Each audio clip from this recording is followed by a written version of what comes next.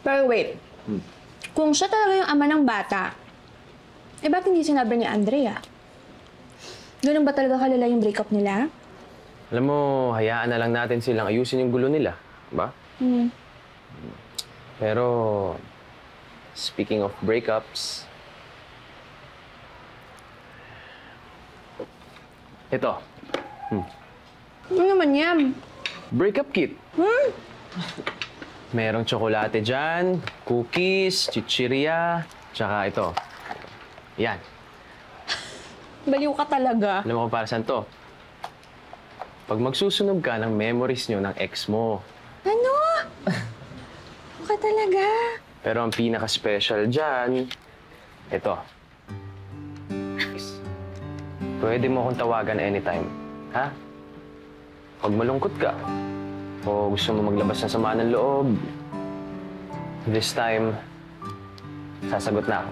Promise. Promise ko sa'yo yan. Alam mo, Kaloy, ang dami mong etos. Eh, nakasave naman sa akin yung number mo eh. Symbolic kasi yan. Symbolic ka dyan. Sabi mo ka. Ay, Kain po tayo. Buti naman napadalaw ka ulit. Siyempre naman, tita, dinalo ko lang tong anak nyo kasi... Kaloy!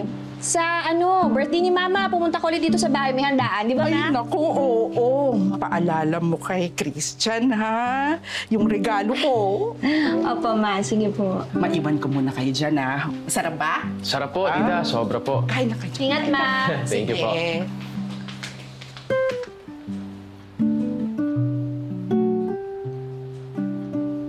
So, hindi mo pa sinasabi? Mahanap pa ako ng tsempo. Baka naman kaya hindi mo pa masabi dahil may tsansa pa kayo magkabalikan ng ex mo. Hindi na nga yan. Gawin ko na. Hindi. Hindi! Okay lang. Sabihin mo Ano siya. ba? Gawin ko na to. Ikaw naman, ayoko lang biglain si Mama.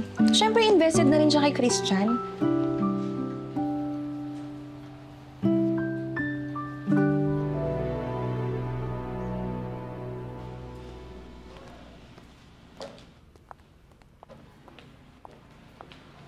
Ma'am, Kanino galing to?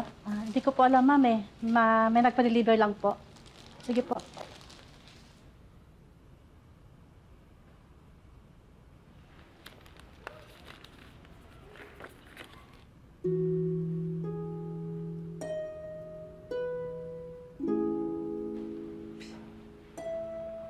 Kung batang to,